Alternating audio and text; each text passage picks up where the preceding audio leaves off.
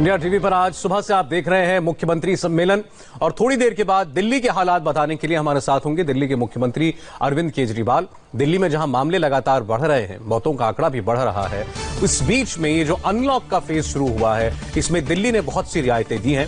अब इन परिस्थितियों में दिल्ली किस ओर बढ़ती दिखाई दे रही है? जब लोग कामकाज पर बाहर निकलेंगे, अपने काम धंधे पर जाएंगे, दफ्तर खुलेंगे, बाजार खुलेंगे, सड़कों पर परिवहन चलेगा और साथ साथ दिल्ली सरकार की तैयारी क्या है, ये भी उनसे हम जानेंगे। दिल्ली में आप देखिए लगभग 20,000 के करीब कोरोना पॉजिटिव मामले होने जा रहे हैं। 19,844 टोटल केस दिल्ली के अंदर हो चुके हैं। तो ये दिल्ली का जो इस वक्त का कोरोना मीटर है, काफी तेजी के साथ भाग रहा है और अब देखना यह है कि ये कहां जाकर थमता है। मुख्यमंत्री केजरीवाल लगातार दिल्ली की जनता को ये आश्वस्त करते आए हैं कि उन्हें घबराने की जरूरत नहीं है कोरोना से। वो यहां तक कहते हैं कि अगर कोरोना हो भी जाए तो भी आप ठीक हो जाएंगे, इस बात को लेकर निश्चिंत रहें, क्योंकि ज्यादातर मामलों में व्यक्ति ठीक होकर अपने घर जा रहा है। बल्कि अब तो लोग अपने घरों पर ही हैं, अगर जिनको संक्रमण हो गया वो घर पर भी ठीक हो रहे हैं। तो उनका अपना आश्वासन है और उस बीच लोगों की बहुत सारी आशंकाएं भी हैं। काम पर निकलना मजबूरी भी है, लेकिन दिल में एक डर भी है कोरोना का। इन सारे सवालों के जवाब क्या देते हैं मुख्यमंत्री अरविंद केजरीवाल, थोड़ी देर में हमारे साथ होंगे, उनसे पूछेंगे।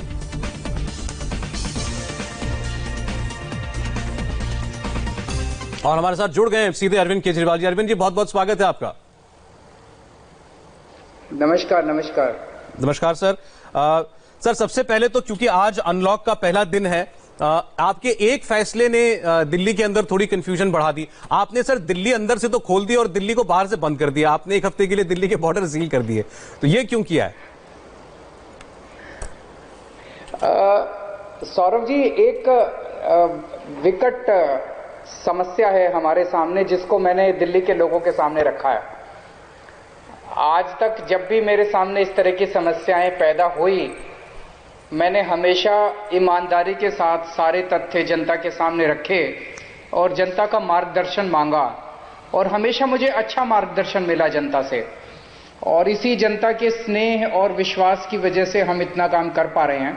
तो आज हमारे सामने समस्या ये है, पिछले 5 साल में हम लोगों ने दिल्ली के हेल्थ सिस्टम को बहुत अच्छा कर लिया है।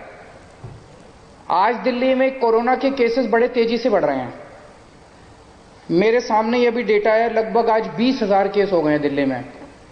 लेकिन दिल्ली का मुख्यमंत्री होने के नाते आज मैं दिल्ली की जनता को यह भरोसा दे पा रहा हूं कि केसेस के बढ़ने से चिंता मत करना। कल को अगर आपके घर में किसी को कोरोना होगा तो उसका इलाज करने के लिए, उसके लिए अगर बेड की जरूरत पड़ेगी, अस्पताल में वेंटिलेटर की जरूरत पड़ेगी, ऑक्सीजन की जरूरत पड़ेगी, उसका इंतजाम हमने कर लिया है। हमारे पास सफिशिएंट बेड हैं। आज दिल्ली के अस्पतालों में 2600 पेशेंट हैं और हमने 6600 बेड का इंतजाम आज की डेट में कर रखा है और शुक्रवार तक 9,500 बेड का इंतजाम हो जाएगा। लेकिन अगर हमने बॉर्डर खोल दिए और अगर दिल्ली के अंदर पूरे देश से मरीज आने लगे तो ये 9,500 बेड 2 दिन के अंदर खत्म हो जाएंगे। 2 दिन भी नहीं लगेंगे। दिल्ली के अंदर लोग पूरे देश से आते हैं इलाज करने के लिए। हमने कभी मना नहीं किया। कोरोना के पहले आप ये मान के चलो लगभग 60 से 70% पेशेंट दिल्ली में पूरे देश भर से आया करते थे। सबका स्वागत है, दिल्ली दिल वालों की है, दिल्ली देश की राजधानी है, हमने कभी मना नहीं किया। लेकिन अभी कोरोना के वक्त एक तरह से इमरजेंसी है। अगर दिल्ली के सारे बेड भर गए तो दिल्ली के लोग कहां जाएंगे, मुझे इस बात की चिंता है। तो कुछ लोगों ने कहा कि भाई बॉर्डर सील करके रखो, लेकिन बॉर्डर कब तक सील करके रखें? कुछ लोगों ने कहा बॉर्डर सील मत करो, अस्पतालों के अंदर केवल दिल्ली के लोगों का इंतजाम होना चाहिए। अब मेरा ये कहना था, भाई अस्पताल बाहर अपने देश भर के लोगों के लिए क्यों ना खोलें?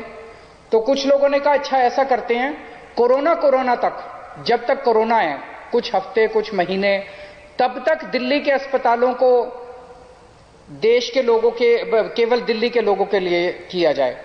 और कुछ लोगों का सुझाव, एक और सुझाव आया है कि दिल्ली सरकार के अस्पताल दिल्ली के लोगों के लिए रखे जाएं और केंद्र सरकार के जैसे All India Medical, Safdarjung, Rammanohar Lohia, Lady Hardinge, ये वाले अस्पताल जो हैं देश के लोगों के लिए खोल दिए जाएं। तो ये एक समस्या है जिसको जनता के सामने हमने रखा है और हमें सुझाव चाहिए, आपके भी सुझाव चाहिए, सौरभ जी, रजत जी के भी सुझाव चाहिए, सब लोगों के सुझाव चाहिए, पूरे दिल्ली की जनता के सुझाव चाहिए। आपकी जानकारी के लिए बता दूं, अभी तक मैंने लगभग आज 12 बजे प्रेस कॉन्फ्रेंस की थी, अभी तक 2 लाख लोगों के सुझाव आ चुके हैं कुछ घंटों, चंद घंटों के अंदर। और लगभग ओवरवेलमिंगली लोग ये कह रहे हैं कि भाई दिल्ली के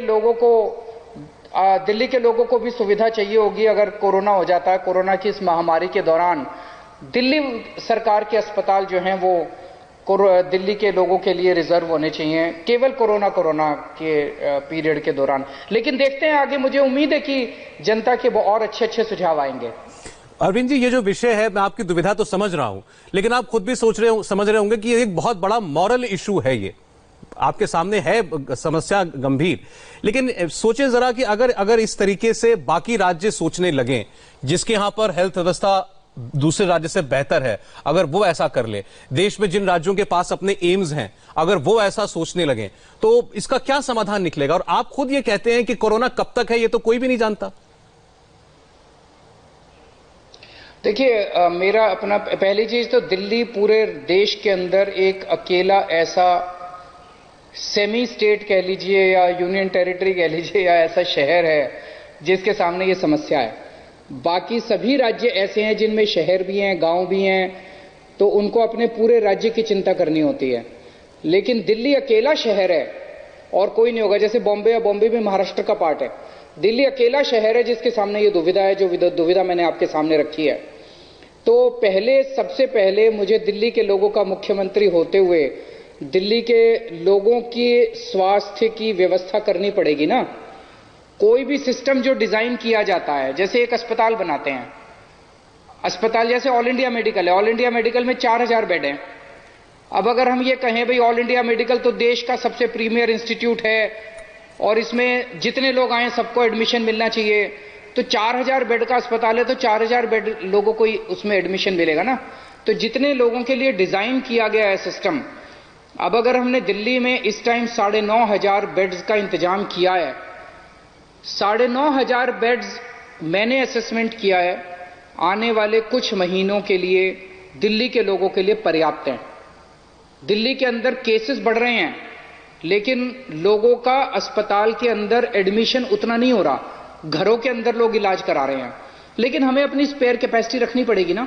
अगर बाई चांस कल को स्पाइक हो जाए, मुझे दिल्ली के मुख्यमंत्री के तौर पे जनता के लिए एक्स्ट्रा स्पेस, आज 2600 पेशेंट्स के अगेंस्ट में मैंने 9500 बेड्स का मैं इंतजाम कर रहा हूं, क्योंकि कल को बाई चांस हमने देखा न्यूयॉर्क में क्या हुआ, स्पेन में क्या हुआ, फ्रांस में क्या हुआ, इटली में क्या हुआ। वहां पे ज्यादा डेथ किस वजह से हुई? क्योंकि वहां पे 10,000 मरीज हो गए और 8,000 बेड थे। वहां पे 20,000 मरीज हो गए और 8,000 वहां पे वेंटिलेटर थे। तो लोग सड़कों के ऊपर पड़े हुए थे, अस्पतालों के कॉरिडोर में पड़े हुए थे, लोगों को बेड नहीं मिल रहे थे, लोगों को वेंटिलेटर नहीं मिल रहे थे, ऑक्सीजन नहीं मिल रही थी। हमने उस सिचुएशन को अवॉइड किया है। आज जब मैं कहता हूं कि हम कोरोना से 4 कदम आगे हैं, तो वो इस वजह से कहता हूं कि अगर मेरे 2600 पेशेंट है तो मैं 4 गुना उसकी कैपेसिटी, 3 गुना उसकी कैपेसिटी लेके, एक्स्ट्रा कैपेसिटी लेके चल रहा हूं कि कल को बाई चांस खुदा ना खास्ता अगर कोरोना के मरीज बढ़ गए और हॉस्पिटल्स में आए तो मेरे पास कैपेसिटी है, दिल्ली की जनता को उसकी चिंता नहीं करनी। लेकिन अगर देश भर से लोग आ गए दिल्ली में अपना इलाज कराने के लिए, फिर सिस्टम कोलैप्स कर जाएगा। सर, आज चूंकि दिन भर हम लोग अलग अलग राज्यों के मुख्यमंत्रियों से, सीनियर लीडर्स से बातचीत कर रहे हैं, मैंने जो हमारे टॉप 5-6 राज्य हैं आंकड़ों में जो कोरोना के आगे हैं, उनमें से कुछ के नेताओं से बात की है। मैंने मध्य प्रदेश के शिवराज सिंह चौहान जी से बात की, विजय रूपानी जी गुजरात का वो बता रहे थे, अभी प्रफुल्ल पटेल थे एनसीपी के, वो महाराष्ट्र की बात बता रहे थे। तो समझना हम ये चाहते हैं कि जिन राज्यों में केसेस ज्यादा हैं, अब 2 महीने बाद आप लोग क्या समझ पाए कि क्यों किसी स्टेट में ये नंबर ज्यादा है, किसी स्टेट में कम है? मैं दिल्ली की बात कर सकता हूं। दिल्ली देश की राजधानी है। कोरोना भारत में तो पैदा नहीं हुआ, कोरोना बाहर से आया। जब बाहर से आया तो सबसे ज्यादा फ्लाइट्स फरवरी के महीने में मिड मार्च तक, 20 मार्च तक, 22 मार्च तक सारी फ्लाइट्स लगभग दिल्ली में आके उतरी। और कई ऐसी फ्लाइट्स थी, मुझे याद है, जिसमें पहले से पता था जब वो फ्लाइट वहां से चली थी, इटली से चली थी या फ्रांस से चली थी, कि इस फ्लाइट में इतने अफेक्टेड पेशेंट्स आ रहे हैं। तो दिल्ली ने जब कोरोना को डील करना चालू किया तो जीरो से नहीं किया, हमने 2000 केसेस से शुरू किया।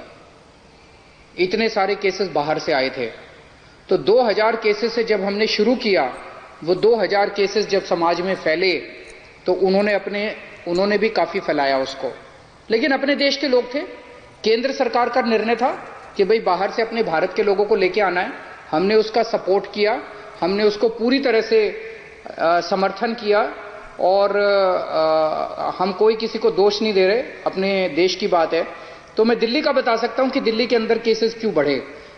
हर राज्य की अपनी अपनी वो हैं, फैक्टर्स हैं।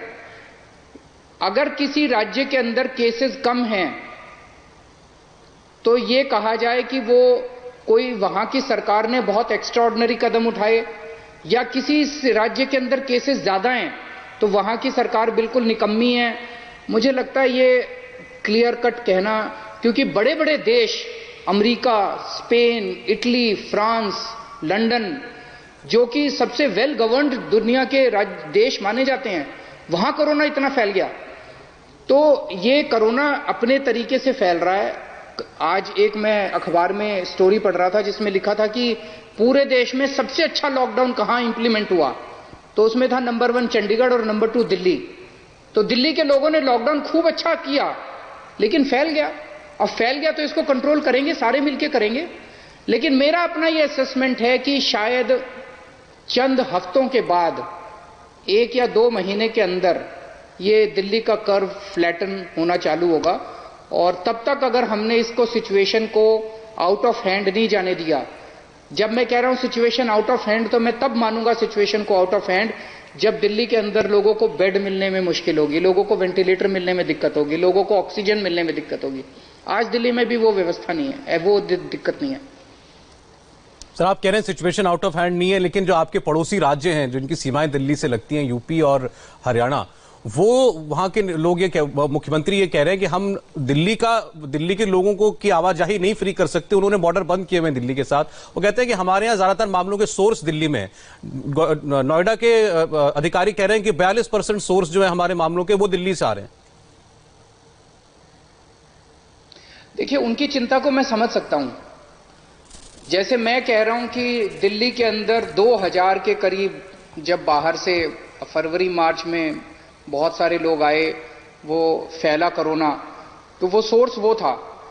अब ये हो सकता है कि पड़ोसी राज्यों को ये लग रहा हो कि दिल्ली के अंदर इस टाइम मामले ज्यादा बढ़ गए हैं तो दिल्ली की वजह से फैल रहा है, लेकिन कभी ना कभी तो खोलना पड़ेगा आपको। तो अपने को, जैसे जो हम बार बार कहते हैं कि कोरोना के साथ जीना सीखना पड़ेगा। कोरोना जहां आज नहीं है, कल वहां होगा। इसको कब तक रोकोगे? कोरोना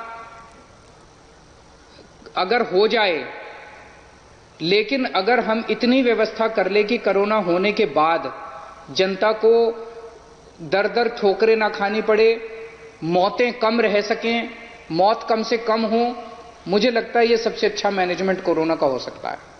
लेकिन दोनों राज्यों के, जो आपने यूपी और हरियाणा कहा, उनकी जो एंग्जाइटीज हैं उनको मैं समझ सकता हूं। ठीक है सर, मुझे लगता है कि इस सवाल पर आपका उनको दोष देना बड़ा सरल और सहज सा रिएक्शन होता है, लेकिन आपने ऐसा नहीं किया, ये रिमार्केबल बात है। दूसरी बात यह कि अब अगर हम ओपन अप की तरफ जाएं सर, आपने कहा कि स्वास्थ्य सुविधाओं के लिहाज से आप प्रिपेयर्ड हैं, चलिए ठीक है। अब जब आप ओपन अप कर रहे हैं, उसमें आप अब कोई चीज है जिससे आपको खतरा महसूस हो रहा है, या जिस किसी एक सेक्टर को अभी भी आप रोक के रखना चाहते हैं?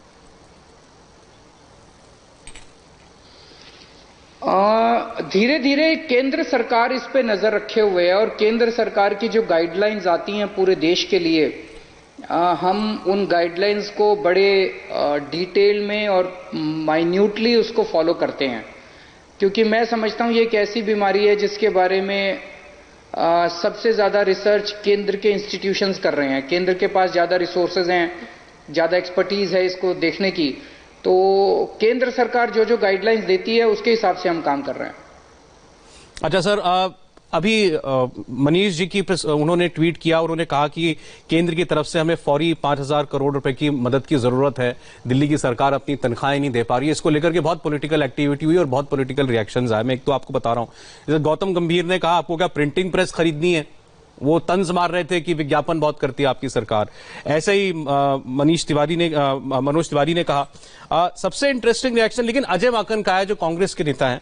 उन्होंने कहा कि दिल्ली की सरकारों को तो केंद्र की तरफ से हमेशा प्रेफरेंशियल ट्रीटमेंट मिलता आया है और राज्यों के मुकाबले, तो आपको तो हक ही नहीं है और पैसे मांगने का।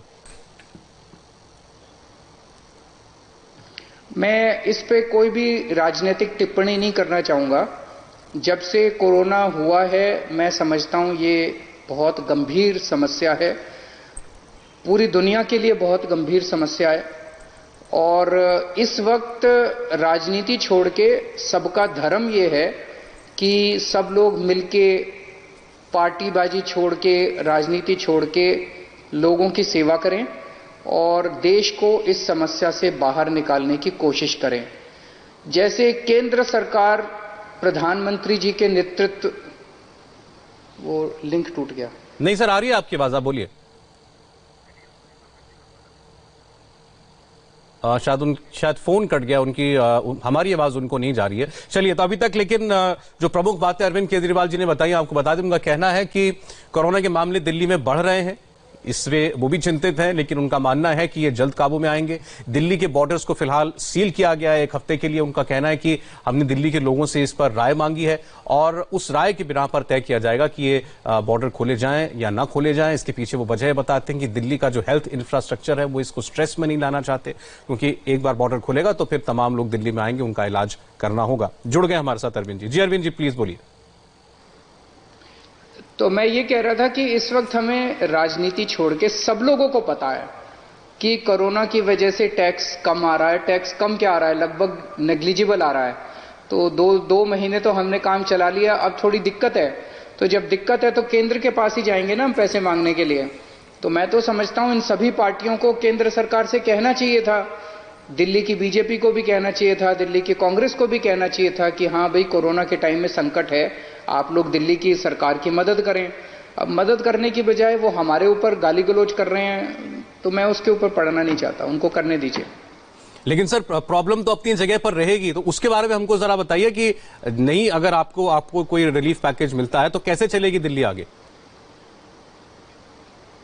करेंगे, चिंता मत कीजिए, सब तरफ हाथ पैर मारेंगे। और जब सब तरफ हाथ पैर मारते हैं तो ऊपर वाला साथ देता है, वो कहीं ना कहीं से रास्ता निकालेगा। दिल्ली के लोगों को तनख्वाह मिलेगी, चिंता मत कीजिए। अच्छा सर, केंद्र सरकार मदद करेगी, बहुत अच्छी बात है। अगर नहीं मदद करेंगे तब भी कहीं ना कहीं से कुछ तो करेंगे। अच्छा ठीक है सर। सर, कुछ सवाल आए थे हमारे पास, उसमें एक विषय फ्लैग आउट किया लोगों ने, दिल्ली के निवासियों ने। वो दिल्ली में जो डेथ्स हो रही हैं, जो मौतें हो रही हैं, जो लगभग 450 के करीब हैं अभी दिल्ली के अंदर, उसको लेकर के मैंने आपसे पिछली बार जब बात की थी तब भी मैंने आपसे सवाल पूछा था कि लोग ये आरोप लगा रहे हैं आपके ऊपर, विरोधी आपके विपक्षी, कि दिल्ली में डेथ्स छुपाई जा रही हैं। आपने कहा था कि ये मुमकिन नहीं है, क्योंकि दिल्ली जैसे राज्य में जहां मीडिया इतना एक्टिव है और आजकल लोग इतने अवेयर हैं, वहां पर कोई किसी मौत को छुपा ले, ये मुमकिन नहीं है। लेकिन अब आपकी अपनी सरकार को जो डेड बॉडीज हैं उनके मैनेजमेंट के लिए गाइडलाइंस जारी करनी पड़ी हैं कि कितने घंटे के अंदर डिस्पोज ऑफ करना पड़ेगा, अंतिम संस्कार करना पड़ेगा, हॉस्पिटल्स कैसे ट्रीट करेंगे अगर कोई बॉडी को क्लेम करने के लिए नहीं आता है। तो एक खबर आई कि एक आरएमएल अस्पताल ने तो एक रेफ्रिजरेटेड कंटेनर खरीदा है क्योंकि मॉर्चरीज फुल हो गई हैं। क्या ये सही है? नहीं, ये दो आपने अलग अलग क्वेश्चंस पूछे। एक तो पूछा कि भाई डेथ छुपाई जा रही हैं। मैं कहना चाहता हूं कि डेथ को कोई कैसे छुपा सकता है यार। आप जो भी ये कहता है कि डेथ छुपाई जा रही है, आप उनसे कहिए भाई लिस्ट दे दो, जो छुपाई उसकी लिस्ट दे दो हमको, हम देख लेते हैं। और मैं आज आपके चैनल पे प्रॉमिस कर रहा हूं कि अगर कोई भी ऐसे नाम आएंगे जो कि हमने नहीं दिखा रखे, उसको मैं तुरंत डलवाऊंगा। एक दिक्कत जो आई कुछ अस्पतालों ने, और मैं उनकी इंटेंशंस पे भी शक नहीं कर रहा हूं, इस अस्पतालों की, उनके पास काम बहुत ज्यादा होगा, तो कुछ अस्पतालों ने पिछले 2 महीने की जो डेथ थी वो कई दिन तक रिपोर्ट ही नहीं की हम लोगों को। होता क्या है कि पूरे दिल्ली के अस्पतालों में डेथ होती हैं, वो सारे अस्पताल दिल्ली सरकार को अपनी शाम को रिपोर्ट भेजते हैं कि आज हमारे यहां इतनी डेथ हुई। और वो सारी यहाँ पे आके कंपाइल होती है और फिर उसका हेल्थ बुलेटिन बनता है कि आज दिल्ली में इतनी डेथ हुई। ये पता चला कि कुछ अस्पतालों ने अपने आलस की वजह से या इनएफिशिएंसी की वजह से 2 महीने में मान लो 100 डेथ हुई, उन्होंने 10 ही रिपोर्ट की, 90 रिपोर्ट ही नहीं की। अब जब ये कंट्रोवर्सी उठी तो मैंने फिर अफसरों को बोल के सबको शो कॉज नोटिस जारी कराए, डंडा चलाया। तो अभी पिछले हफ्ते एक अस्पताल ने 52 डेथ एक साथ डिक्लेयर की। अगले दिन एक अस्पताल ने 34 डेथ 2 महीने की, एक दिन की नहीं, 2 महीने की एक साथ डिक्लेयर की। तो अगर ऐसी कोई रिपोर्टिंग एरर है तो मैं कह नहीं सकता, अदरवाइज कोई डेथ छुपाएगा ऐसा कैसे हो सकता है? कोई लिस्ट दे दे, हम लिस्ट दे देते हैं, कोई लिस्ट दे दे, आपस में कंपेयर कर लो, अगर कुछ है तो वो देखो। कोई गोल्ड मेडल तो मिल नहीं रहा कि भाई मेरे को कोई गोल्ड मेडल मिल रहा है अगर डेथ कम हो गई, ज्यादा हो गई। एक भी डेथ नहीं होनी चाहिए। कोई कह रहा है 500 हो गई, कोई कह रहा है 600 हो गई, फर्क इतना ही है। 500 भी नहीं होनी चाहिए, 600 भी नहीं होनी चाहिए। अपने को सबको कोशिश करनी है, अस्पतालों में ऐसी व्यवस्था करनी है कि एक भी डेथ नहीं होनी चाहिए। हर जिंदगी इंपॉर्टेंट है, आंकड़े इंपॉर्टेंट नहीं है, जिंदगियां इंपॉर्टेंट हैं, लोग इंपॉर्टेंट हैं, जीते जागते इंसान हैं ये लोग, ये आंकड़े नहीं है। सर एक विषय और है, वो ये कि जो नॉन कोविड हॉस्पिटल्स हैं, प्राइवेट हॉस्पिटल्स भी उसके अंदर हैं, कुछ डॉक्टर्स से हमने बात की, उन्होंने कहा कि जो आपकी सरकार ने ये कहा है कि उनको भी कुछ प्रतिशत कोरोना के मरीज लेने पड़ेंगे, कैपेसिटी उनकी भी होनी चाहिए, तो इससे संक्रमण का खतरा बढ़ेगा।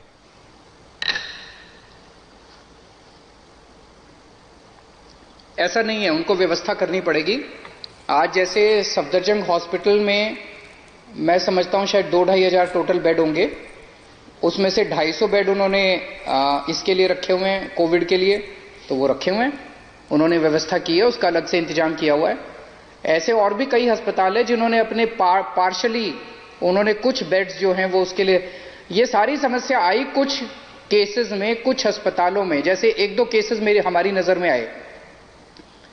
एक आदमी को मान लीजिए हार्ट की प्रॉब्लम थी, वो अस्पताल गया कि जी मेरे को हार्ट की दिक्कत हो रही है। उन्होंने उसको भर्ती कर लिया अस्पताल में, और भर्ती करने के बाद उसको टेस्ट कराया कोविड का, और कोविड पॉजिटिव आ गया। तो 2 दिन रखने के बाद उसको 2 दिन बाद उसको अस्पताल से धक्के मार के निकाल दिया। बोले अब तो तुम कोविड पॉजिटिव हो, हमारा तो नॉन कोविड अस्पताल है, अब हम तुमको नहीं रखेंगे। और वो बेचारा रात को उसके पेशेंट और उसके घर के लोग, उनको पता नहीं हम कहां जाएं, उनको पता नहीं कौन सा कोविड अस्पताल होता है, कहां जाएं। ये नहीं चलेगा। अब हर अस्पताल के अंदर थोड़े से बेड्स का इंतजाम कर दिया है। अगर कोई कोविड है तो आप उसको धक्के मार के बाहर नहीं निकाल सकते, हम आपका लाइसेंस कैंसिल कर देंगे। अब आपको उसका इलाज करना पड़ेगा, आप अपने कोविड एरिया में उसको शिफ्ट कर दीजिए। सर थोड़ी दिनों पहले आपने ये भी अपील की थी दिल्ली की जनता से, एक ढांढस सा बंधाया था कि अगर कोरोना हो जाए तो आप घबराइएगा मत। दिल्ली में क्या अब ये स्टैंडर्ड प्रोसीजर है कि अगर किसी को मान लीजिए एसिम्प्टोमेटिक कोरोना हो जाता है तो वो अपने घर पर ही रहेगा, उसको होम क्वारंटाइन ही किया जाएगा, उसको हॉस्पिटलाइजेशन की जरूरत नहीं है? आज इस वक्त जब मैं आपसे बात कर रहा हूं 5800 लोगों का अपने घर में इलाज चल रहा है, 2600 लोगों का अस्पताल में इलाज चल रहा है, और 5800 लोगों का घर में इलाज चल रहा है। और हमने एक टीम बनाई है, दिन में 2 बार आपको फोन करती है, आपके परिवार के लोगों को फोन करती है, आपसे पूछती है। इनफैक्ट पिछली बार मैंने आपको कहा था आप अपनी टीम 10 लाख लोगों का जो खाना बन रहा है वहां भेजिएगा। मैं रिक्वेस्ट करूंगा कल आप अपनी टीम 5-7 ऐसे लोगों के घरों में भेजिएगा जिनको होम क्वारंटाइन, जिनका घरों में इलाज चल रहा है, और आप देखेंगे वो कितने खुश हैं लोग। आप फोन पे अभी पूछिएगा, किसी को भी रैंडमली फोन कर लीजिए जो होम घर में अभी जिसका इलाज चल रहा है, वो बताएंगे कि कितना ख्याल सरकार उनका रख रही है। हम डेली उनसे पूछते हैं, और अगर बाई चांस किसी का कुछ दिक्कत हो तो उसको हॉस्पिटल में फिर शिफ्ट कर दिया जाता है। जरूर चेक करेंगे सर, जैसे पिछली बार आए थे आपका 10 लाख लोगों का खाना खिलाने का क्लेम चेक करने के लिए। लेकिन ये लोगों को लगता है कि क्या ये तरीका फूल प्रूफ है? क्या इससे स्प्रेड की गुंजाइश नहीं है? अगर आपके पास अस्पताल में मरीज है तो आपकी निगरानी में है, अब वो अपने घर में है, वो क्या कर रहा है, वो किससे मिल रहा है, वो दरवाजे के बाहर निकल रहा है या नहीं निकल रहा, इसको कैसे मॉनिटर करेगी सरकार? नहीं, वो करती है। जैसे आपको याद होगा बचपन में सौरभ जी माता हो जाती थी, याद है आपको? जी। मेरे को हुई थी जी। माता हो जाती थी तो वो घर के अंदर एक कमरे में, मतलब मम्मी कहती थी अब इसी कमरे में रहना है, बाहर से कमरे के बाहर से खाना आ जाता था, सब हो जाता था। तो उसी तरह से ये भी है, अपना सेक्लूडेड करते हैं लोग, उनको गाइड कर देती है हमारी टीम, एक चीज गाइड करती है, सब कुछ गाइड करते हैं उनको, और डेली गाइड करते रहते हैं, डेली फोन कर करके उनसे संपर्क में रहते हैं। तो लोग करते हैं इसको, फॉलो करते हैं इसको लोग। अच्छा सर, ठीक है सर। सर अब जरा फिर इकोनॉमिक रिकवरी की तरफ बात करते हैं। अभी जो 20 लाख करोड़ का पैकेज सरकार ने दिया, इस पर कुछ लोगों ने सराहा, जिन्होंने आलोचना की कि ये तो कर्ज का पैकेज है, इसमें डायरेक्ट रिलीफ नहीं है, एक आम आदमी की जेब में कुछ जाएगा, वो प्रोपोर्शन इसका बहुत कम है। आपने इस 20 लाख करोड़ के पैकेज को कैसे देखा? मैंने भी एग्जैक्टली यही कहा था, शायद पिछली बार आपने ये पूछा था, तो मेरा भी यही मानना है कि इसमें कर्ज देने के काफी सारी चीजें हैं कि एमएसएमई को कर्ज दिया जाएगा, किसानों को कर्ज दिया जाएगा, अलग अलग सेक्टर्स को कर्ज देने की बात है। लेकिन कर्ज देने से आप सप्लाई साइड बढ़ा रहे हैं। डिमांड की इस वक्त दिक्कत है कि प्रोडक्शन तो हो जाएगी, लेकिन खरीदने के लिए लोगों की जेब में पैसा नहीं है। खरीदने के लिए लोगों की जेब में पैसा डालना पड़ेगा ताकि लोग खरीद सकें। तो दोनों चीजों का केंद्र सरकार को ख्याल रखना पड़ेगा, डिमांड साइड का भी और सप्लाई साइड का भी, अगर हमें इकोनॉमी को तेजी से आगे बढ़ाना है तो। अब अगर मैं इसको दिल्ली के रिस्पेक्ट में आपसे पूछूं, अगर दिल्ली में यह काम आपको करना हो तो आप कैसे करेंगे, अगर मान लें आपके पास साधन हो तो? दिल्ली में पहली स्टेज पे तो यह है कि हमें जिंदगी को खोलना है, केवल इकोनॉमी को नहीं खोलना। अभी जिंदगी बंद हो गई थी, लोग अपने घरों में बंद हो गए थे, लोगों को घरों में बंद करके हमने कंटेन करके 2 महीने में अपनी हेल्थ सिस्टम को कोरोना से डील करने के लिए तैयार कर लिया है।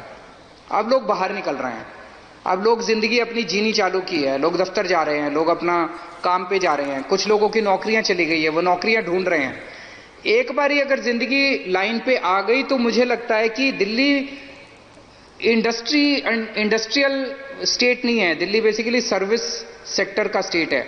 और अगर हमने इसको अच्छे से कोरोना को हैंडल कर लिया तो इसमें काफी तेजी से रिकवरी होगी। एक चीज जो अगले कुछ दिनों में हम करने जा रहे हैं, बहुत सारे लोग ऐसे हैं जिनकी नौकरियां चली गई हैं, और बहुत सारे लोग ऐसे हैं जो कि दुकान चलाते हैं, शोरूम चलाते हैं, बीपीओ चलाते हैं, कॉल सेंटर चलाते हैं, उनको आदमी नहीं मिल रहे क्योंकि उनके लोग माइग्रेंट्स अपने अपने गांव चले गए। इन दोनों को साथ लाने के लिए सरकार एक बड़ा कार्यक्रम आयोजित करने जा रही है वेबसाइट के जरिए और इसके जरिए, ताकि जिन लोगों को नौकरी चाहिए और जो नौकरी देना चाहते हैं इनको आपस में मिलाया जा सके। तो इसी तरह की और भी कई सारी चीजें अभी हम लोग सोच रहे हैं जो आने वाले समय में अनाउंस करेंगे।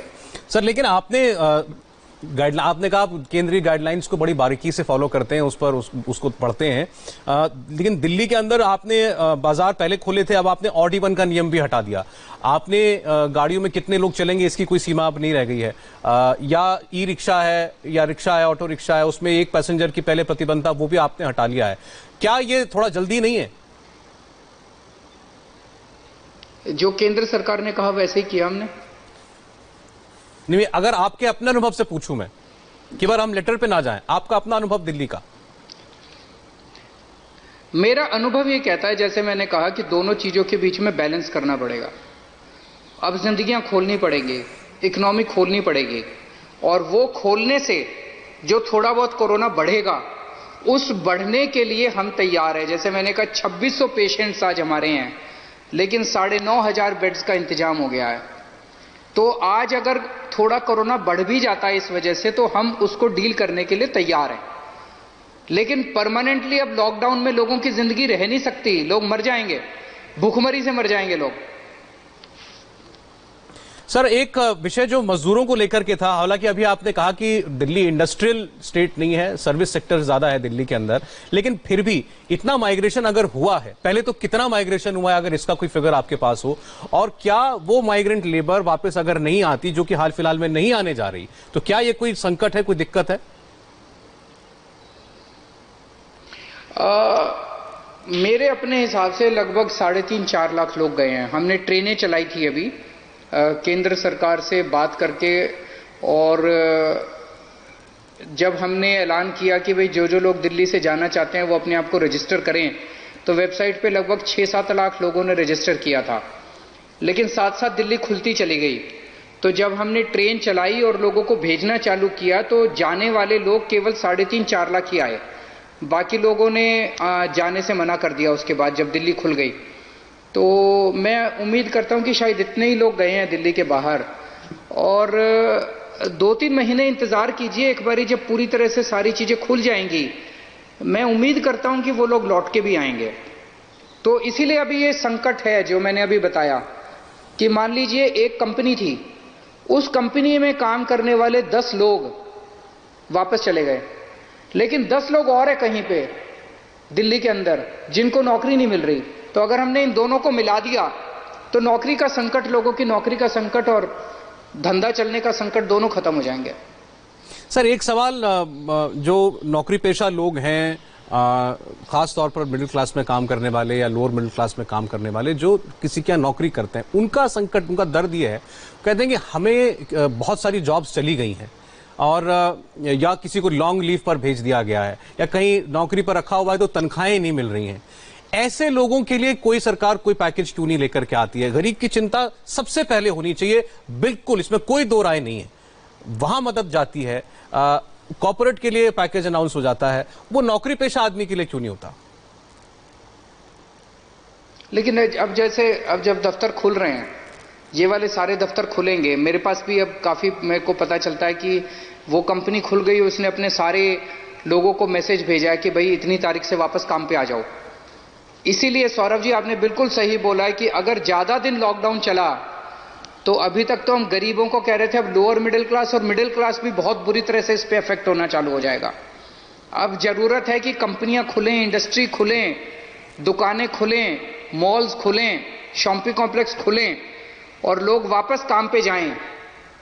अदरवाइज ये नहीं हुआ तो कहीं ऐसा ना हो कि परमानेंट डैमेज हो जाए और इकोनॉमी रिकवरी ना कर पाए। तो अब ये बहुत जरूरी है कि ये सारे काम धंधे लोगों के खुले और लोगों को काम पे वापस बुलाया जाए। और अब काम पे वापस जा रहे हैं लोग, ऐसा काफी जगह से सुनने को आया कि कंपनियों ने खुलने के बाद अपने अपने एम्प्लॉइज को नोटिस दिया, भाई इतनी तारीख से अब काम पे लौटाओ, शुरू हो गई है कंपनी। सर लेकिन आप एक ट्रेंड और देख रहे होंगे, एक पहले ये देश के लिए कहा जाता था कि कई देश जो है वो प्रोटेक्शनिस्ट पॉलिसीज में काम करते हैं। यहां पर ऐसा लग रहा है कि राज्य प्रोटेक्शनिस्ट हो गए, खासतौर पर लेबर को लेकर के। कई राज्यों ने ये तैयारी कर ली है कि हमारा लेबर वापस आया है तो हम इसको यहीं रखेंगे, हम यहीं इसको रोजगार देंगे, इसको बाहर जाने की जरूरत ही नहीं पड़ेगी। भी तो बहुत अच्छी बात है अगर ऐसा हो जाएगा तो, क्योंकि जो भारत का 70 साल से सबसे बड़ा संकट है वो है रूरल अर्बन माइग्रेशन, कि गांवों के अंदर गरीबी बहुत ज़्यादा है और उसकी वजह से लोगों को अपने गांव छोड़ छोड़ के बड़े बड़े शहरों की तरफ पलायन करना पड़ता है। शहरों के अंदर इंटेंसिटी बहुत ज़्यादा, डेंसिटी बढ़ जाती है पॉपुलेशन की, उसकी अपनी समस्याएं पैदा होती है। तो अगर हर गांव में इतनी सुविधा दे दी जाए कि लोगों को शहर जाने की ज़रूरत ही ना पड़े, शहर की सभी सुविधाएं अगर उनको गांव में मिल जाएं और गांव के अंदर उनको जॉब भी मिल जाए और उनको शहर जाना ही ना पड़े, तो इससे अच्छी बात और क्या हो सकती है। तो अपने लिए ऑलराउंड डेवलपमेंट का मॉडल होगा अगर ऐसा सभी राज्य करते हैं। तो आपकी बात पर कोई ये हेडलाइन नहीं बना सकता है कि दिल्ली के मुख्यमंत्री ने कहा हमें नहीं चाहिए प्रवासी मजदूर? नहीं, ये गलत बात होगा। मेरा ये आपका क्वेश्चन कुछ और था, उसका जवाब मैंने ऑन अ लाइटर नोट ये बात कही सर, हमें जरूर चाहिए। आपने ये कहा था कि भाई कुछ मुख्यमंत्री ये कह रहे हैं कि हम अपने प्रवासी मजदूरों को यहीं पे नौकरी देंगे, तो मैंने कहा बहुत अच्छी बात है। नहीं ठीक है, जब वो लोग दिल्ली आते हैं, बंबई जाते हैं, दूसरे शहरों में जाते हैं, तो वो लोग मजबूरी में जाते हैं। तो अगर उनको अपने अपने, कौन अपना घर छोड़ के इतनी दूर जाना चाहता है? तो अगर उनको अपने अपने गांव में, अपने अपने घरों में मिलेगी नौकरी, लेकिन अगर वो दिल्ली आएंगे तो उनका स्वागत है। दिल्ली को भी उनकी जरूरत है। दिल्ली के इकोनॉमिक डेवलपमेंट में उन सब लोगों का काफी विकास रहा है। नहीं, मैंने मजाक में कहा थी सर बातें, आपने दोबारा क्लैरिफाई कर दिया, ठीक है सर। दो तीन सवाल दिल्ली को लेकर के और हैं। जैसे दिल्ली में मेट्रो नहीं चल रही, अब लोग ये पूछ रहे हैं, आप फिर कहेंगे केंद्र की गाइडलाइंस हैं, लेकिन फिर भी जरा इसके पीछे रैशनल समझना जरूरी है। लॉजिक क्या है? आपने बस चला दी, ऑटो टैक्सी चला दिए, रिक्शा ई रिक्शा चला दी, मेट्रो ने क्या बिगाड़ा है? देखिए, केंद्र ने मना किया तो हम चला नहीं सकते, लेकिन मुझे लगता है कि अब समय आ गया कि मेट्रो चला देनी चाहिए, सोशल डिस्टेंसिंग के साथ चला देनी चाहिए। जैसे बसें हमने सोशल डिस्टेंसिंग के साथ चलाई हैं, और मुझे जो मेट्रो के अधिकारियों के साथ हमारी सरकार की बातचीत हुई है, तो उनके अधिकारियों ने बताया कि उन्होंने पूरा प्लान भी बना लिया है कि किस तरह से सोशल डिस्टेंसिंग के जरिए मेट्रो को चलाया जा सकता है। मैं उम्मीद करता हूं कि आने वाले समय में केंद्र सरकार इस बारे में जल्द निर्णय लेगी। सर, ऐसा ही एक सवाल ये नाइट कर्फ्यू को लेकर है। ये पिछली बार जब लगा था शाम 7 से सुबह 7 का, तब भी ये पूछा गया था, आज भी ये पूछ रहे हैं कि भाई रात में निकलने पर, रात में एक तो लोग वैसे ही कम निकलते हैं, तो नाइट कर्फ्यू की क्या जरूरत है? ये मुझे बेतुका लगता है। मैं भी बात मानता हूं कि रात को ऐसा नहीं है कि कोरोना ज्यादा आता है, तो ये रात का कर्फ्यू क्यों लगाया गया, मेरी समझ के बाहर है। लेकिन केंद्र सरकार की डायरेक्शन है, उसको हम उल्लंघन नहीं कर सकते, हमें लगाना पड़ता है। सर, अब चूंकि कोरोना की लड़ाई कंटेनमेंट जोन्स के आसपास रह गई, इर्द गिर्द रह गई है, तो आप अगर दिल्ली के निवासियों को दिल्ली के कंटेनमेंट जोन्स के बारे में कुछ बता सकें, ये बढ़ रहे हैं या घट रहे हैं? देखिए, डेली बेसिस पे कुछ कम होते हैं और कुछ बढ़ते भी हैं। जहां जहां कोरोना के केसेस ज्यादा आते हैं उसको कंटेनमेंट जोन डिक्लेयर कर दिया जाता है। जहां पे कोरोना के केसेस कई दिन तक नहीं आते उनको डीकंटेन कर दिया जाता है। तो लेकिन अब ये काफी कम एरिया रह गया है। जैसे आज दिल्ली में लगभग 100 के आसपास कंटेनमेंट जोन्स हैं। तो कंटेनमेंट जोन मतलब 4-5 गलियां मिला के कंटेनमेंट जोन बनता है। तो बस इतने ही एरियाज पूरे दिल्ली के अंदर कंटेनमेंट जोन बचे हैं, बाकी दिल्ली खुल गई है अब। लेकिन कुछ लोग ये कह रहे हैं कि दिल्ली की सरकार ने क्या जो सीलिंग का प्रोसेस होता था, सख्ती का, जब कोई कोविड केस निकल आता था, उसको कुछ शिथिल कर दिया है, कुछ उसमें लचर हो गई है कि पहले तो आप एक केस आता था, पूरी ये सोसाइटी भी सील, ये सोसाइटी भी सील, पूरा एक एरिया सील कर दिया। अब उसको आपने बड़ा लिमिटेड दायरा बना दिया उसका। उसकी सबकी गाइडलाइंस हैं। जैसे कंटेनमेंट जोन है, अब लेटेस्ट गाइडलाइन क्या है मुझे इमीडिएटली नहीं पता, कि इतने केसेस एक एरिया में आने पे उसको कंटेनमेंट जोन बनाया जाता है। तो अगर ऐसा होता है तो उसको हम कंटेनमेंट जोन बनाते हैं। बाकी अदरवाइज इंडिविजुअल केसेस होते हैं तो उसको या तो होम क्वारंटाइन करते हैं, और या फिर अगर वो सीरियस होता है तो उसको अस्पताल के अंदर ले आते हैं। सर, अब अगर आखिर में 1-2 सवाल आपसे करूं और, तो आप आगे की रिकवरी रोड क्या देख रहे हैं? क्योंकि पॉलिटिक्स ही सही, लेकिन सरकार पर यह इल्जाम लगा, आपकी नहीं केंद्र सरकार के ऊपर लोग ये सवाल पूछ रहे हैं कि एग्जिट प्लान क्या है। कांग्रेस पार्टी बार बार पूछती है एग्जिट प्लान क्या है, तो पहले तो क्या कोई एग्जिट प्लान हो सकता है? दो चीजें हैं। एक तरफ तो कोरोना किस तरफ जाएगा, दिल्ली को जब मैं देखता हूं, मेरा अपना आकलन ये है पिछले 2 महीने के एक्सपीरियंस के बेसिस पे, शायद महीने 2 महीने के अंदर हम दिल्ली में कर्व को फ्लैटन करके और नीचे जाना चालू हो जाएंगे। ऐसा मैंने कई डॉक्टर से भी बात की, एक्सपर्ट से भी बात की, और सब लोगों का ये मानना है कि जून जुलाई एंड तक शायद कोरोना दिल्ली में फ्लैटन कर जाएगा और फिर धीरे धीरे नीचे आना चालू होगा। कुछ लोग कहते हैं जुलाई एंड में, कुछ लोग कहते हैं मिड अगस्त में। तो तब तक अपने को सिचुएशन को कंट्रोल करके रखना है, और इस दौरान धीरे धीरे सारी इकोनॉमी को अपने को खोलते जाना है। इकोनॉमी को जैसे जैसे धीरे धीरे इकोनॉमी खुलेगी, थोड़े बहुत कोरोना के केसेस बढ़ेंगे, उन कोरोना के केसेस को इलाज करने के लिए अपने को अपना हेल्थ सिस्टम तैयार करना है। मोटे मोटे तौर पे ये पूरी की पूरी कहानी है। और आप दिल्ली के उन लोगों से क्या कहना चाहेंगे? लोग बाहर निकल रहे हैं, कुछ मजबूरी है, काम पे तो जाना है, घर बार चलाना है, लेकिन एक जो दहशत सी है, जो डर है घर के अंदर, लोगों के दिलों के अंदर, बाहर निकलते भी हैं तो सहम के निकल रहे हैं, उनके लिए कुछ कहना चाहते हैं? दहशत मत रखिए, दहशत रखने की कोई जरूरत नहीं है। आज दिल्ली में 20,000 केस हो चुके हैं, लगभग 450 डेथ हुई हैं, 473 डेथ हुई हैं। केवल 2,500 पेशेंट्स हैं, बाकी सब अपने घर में इलाज करा रहे हैं। तो जैसे बुखार होता है, जैसे डेंगू होता था, ठीक हो जाते थे, आप भी ठीक हो जाओगे, सब लोग ठीक हो जाएंगे। बस एक चीज ध्यान रखनी है, मैं ये देख रहा हूं, इसको कल परसों से फिर और सख्ती करनी पड़ेगी। बहुत सारे लोग मास्क पहन के नहीं निकल रहे, बिना मास्क पहने निकल रहे हैं। आप अपनी जान से खेल रहे हैं, आप अपनी सेहत से खेल रहे हैं, ये मत कीजिए। सोशल डिस्टेंसिंग करिए, हाथ बार बार धोइए, मास्क पहन के निकलिए। बस ये 3 चीज कर लीजिए, फिर बाकी और कुछ आपको चिंता करने की जरूरत नहीं है। ऊपर वाला है, ऊपर वाला आपका साथ देगा। सर मैं औरों का तो क्या बताऊं, मेरे साथ खुद ये हो चुका है कि मेरे घर के नीचे एक दूध की शॉप थी, मिल्क शॉप थी, और वहां पर मैं सामान लेने जाता था और उस दुकान को चलाने वाला व्यक्ति कोरोना पॉजिटिव हो गया।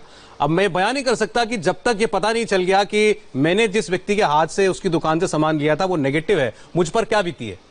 ये डर तो है। हाँ, डर तो है, डर रखना नहीं है, डर नहीं रखना। अगर हो जाएगा तो ठीक हो जाएंगे, ये विश्वास रखना है। आपके देखिए, डर तब होगा जब पूरा हेल्थ सिस्टम कोलैप्स कर जाएगा। अगर आपको कल को कोरोना में सबसे बड़ी समस्या क्या आती है? ऑक्सीजन का सैचुरेशन लेवल कम हो जाता है। ऑक्सीजन का सैचुरेशन लेवल 95 होना चाहिए, ये 90 पहुंच जाता है, 85 पहुंच जाता है, और जब 80 के और नीचे पहुंच जाता है तो फिर आदमी के लिए जान का खतरा पैदा होता है।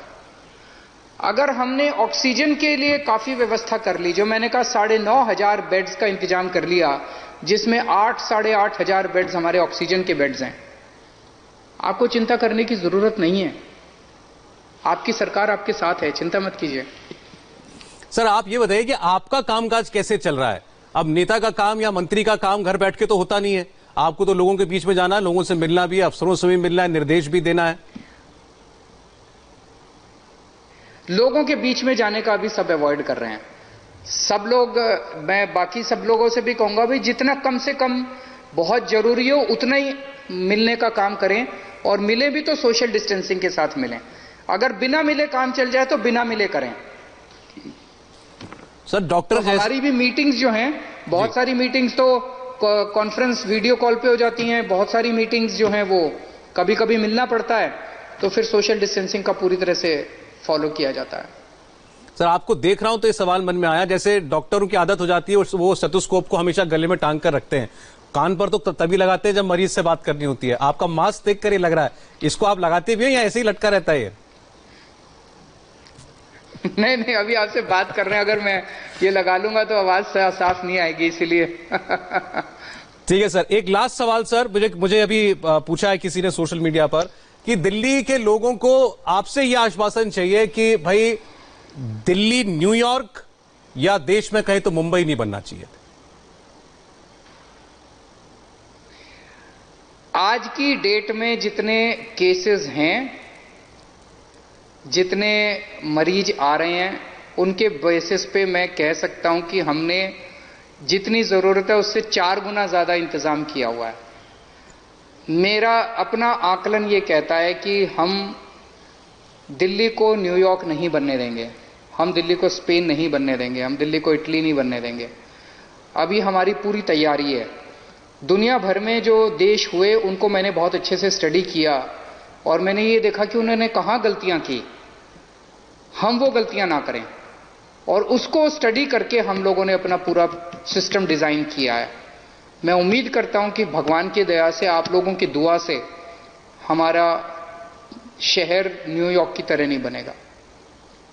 अरविंद केजरीवाल जी, जैसे हम हर बार कहते हैं, चुनौती तो अभी सामने खड़ी हुई है, लेकिन डटकर सामना भी करना है, आप भी कर रहे हैं, और आपको जनता का साथ मिल रहा है, अच्छी बात है। बहुत बहुत धन्यवाद सर, हमें वक्त दिया आपने, शुक्रिया इंडिया टीवी पर आने के लिए।